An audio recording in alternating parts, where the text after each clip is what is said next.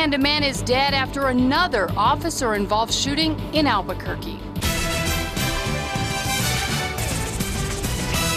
Good afternoon, I'm Kim Baez. Police say they were after a robbery suspect when the SWAT situation near Coors and Central turned deadly. Now, police still have not given us his name or said if he was armed, but family members say they know what happened.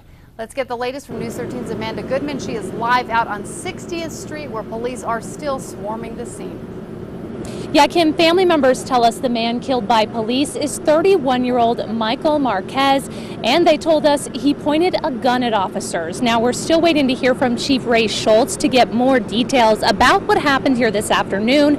But here is what we know so far. Right around noon today, neighbors say they saw officers coming up and down the street, that's 60th Street. A short time later, the SWAT team arrived. Neighbors tell us they heard 4 gunshots and then nothing, but they didn't know who fired.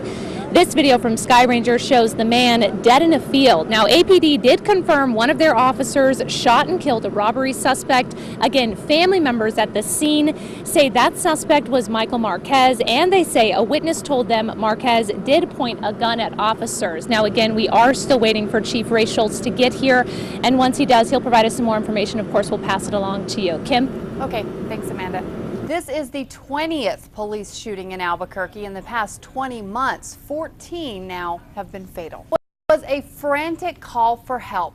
Police Chief Ray Schultz is now holding a press conference on the deadly officer-involved shooting this afternoon. Let's go out live to Coors and Central. 100 block of 60th Northwest. At that time, members from the police department put together an operational plan which included the use of surveillance and an attempt to try to find the individual who had been identified and positively identified by the victims of the armed robberies that occurred at the Valero gas station, as well as the Hawthorne Suites Hotel, as well as an armed robbery to an individual that had occurred between the last 2 to 4 weeks. As detectives had set up and were doing surveillance in the area, they received additional information from confidential informants that the subject, who's a 31-year-old male, was positively in the area. Officers continued their surveillance, at which time they noticed a female who was known to be a possible acquaintance of the suspect they were looking for in the area. She was stopped by officers. She was found to have outstanding felony warrant for her arrest as well. As officers were in the process of talking with her, they received information from other officers who were watching the area that the suspect that they were looking for had exited an apartment and was walking across a field carrying a bag.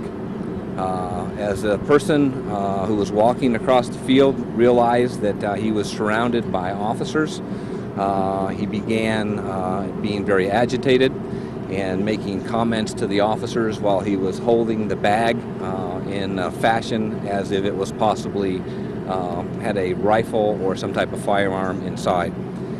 The officers began negotiations with the person, trying to get him to give himself up. He refused. He continued dialogue with the officers for a period of time, we believe probably in excess of 15 minutes. During that time, officers had requested hostage negotiations members as well as the SWAT team.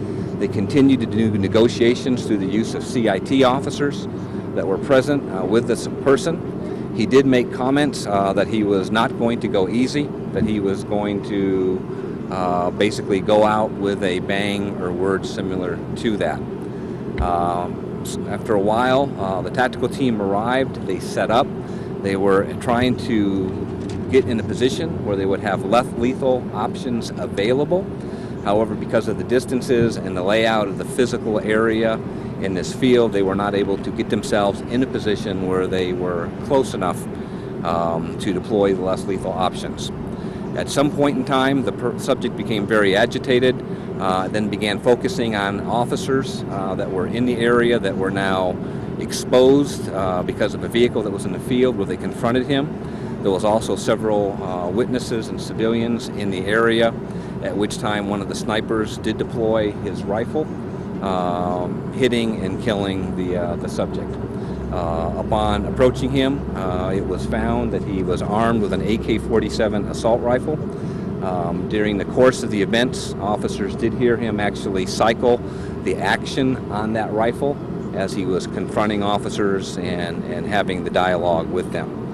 We are not releasing his name at this time. The person involved is the suspect in several armed robberies. He has an extensive criminal record. He is a documented member of the Sorrento's 13 gang, registered sex offender, and convicted felon. So at this point in time, the investigation continues. This is being done as a joint investigation, as standard protocol with the Sheriff's Department, State Police, OMI, District Attorney's Office, and as per the new recommendations and protocol developed by the Police Executive Research Forum, the Independent Review Office is out here assisting in this investigation. Obviously, we still got quite a bit of time tonight here at the scene. We'll continue with the investigation and hopefully have some more information available tomorrow. Chief, can you talk about the actual moment when you guys decided to go ahead and shoot him? Did he have the rifle in his hands or was it in the bag? What was that moment like and why was that decision made?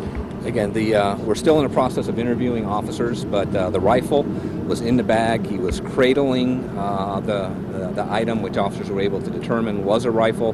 His hand was inside the bag.